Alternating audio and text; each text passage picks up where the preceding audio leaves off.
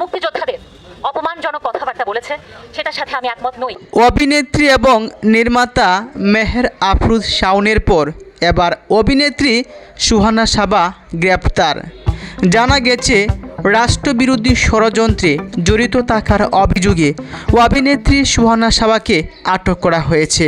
শুক্রবার রাত 12:30টার দিকে ধানমন্ডি থেকে আটক করা হয় এই নায়িকাকে। এই তথ্য নিশ্চিত করেছেন ঢাকা মহানগর পুলিশের গোয়েন্দা অতিরিক্ত কমিশনার রেজাউল করিম মল্লিক। তিনি বলেছেন, অভিনেত্রী শাওনের পর সুহানা সাবা আমাদের নজরদারিতে ছিলেন। তাকে কিছু সময় আগে আমাদের হেফাজতে নেওয়া হয়েছে। তার বিরুদ্ধে দেশবিরোধী ষড়যন্ত্রের অভিযোগও রয়েছে। এর আগে বৃহস্পতিবার সন্ধ্যা 7টার দিকে গ্রেপ্তার হন মেহের আফরোজ শাওন। তাকে ডিবি কার্যালয়ে জিজ্ঞাসাবাদও করা হয়েছে।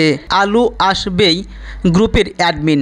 জানা গেছে আলো আসবেই গ্রুপ হলো অভিনেতা অভিনেত্রীদের যারা মূলত জুলাই এবং আগস্ট ছাত্র জনতার বিপক্ষে অবস্থান করেছিলেন। অভিনেত্রী সুহানা সাবা তিনি বলেছেন, আমার বাবা একজন মুক্তিযোদ্ধাদের নিয়ে যারা কটাক্ষ করেছেন এবং যেসব শিক্ষার্থীদের প্রাণহানি ঘটনা ঘটেছে, বিটিভি ভাঙচুর হয়েছে, আমি তাদের সুষ্ঠু বিচার চাই।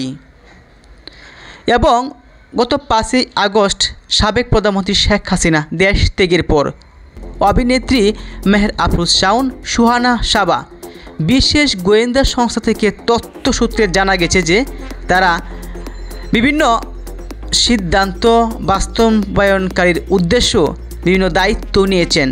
ডক্টর মোহাম্মদ ইউনূসকে সরিয়ে শেখ হাসিনাকে বাংলাদেশে আনার এবং আগামী নির্বাচনে আওয়ামী লীগকে অংশগ্রহণ করে জয়যুক্ত করার এবং বৈষম্য বিরোধী ছাত্র ছাত্রদেরকে প্রতিহত করার বিভিন্ন দায়িত্ব নিয়েছেন শাওন এবং সুহানা সাবা।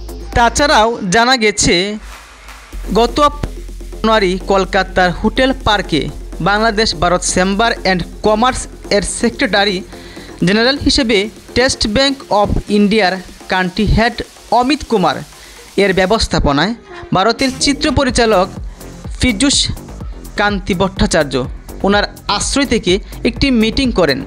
মিটিংয়ে সশরীরে এবং ভার্চুয়ালি যুক্ত ছিলেন যেসব নেতা বা অভিনেত্রীরা আসাদুজ্জামান কামাল, অসীম কুমার উকিল, অধ্যাপিকা অপু উকিল, আরও বেশ কয়েকজন সাবেক ছাত্রলীগের সভাপতি, অভিনেত্রী শাওন এবং সুহানা সাবা সহ তারা অনেকেই ভার্চুয়ালি যুক্ত হয়েছিলেন।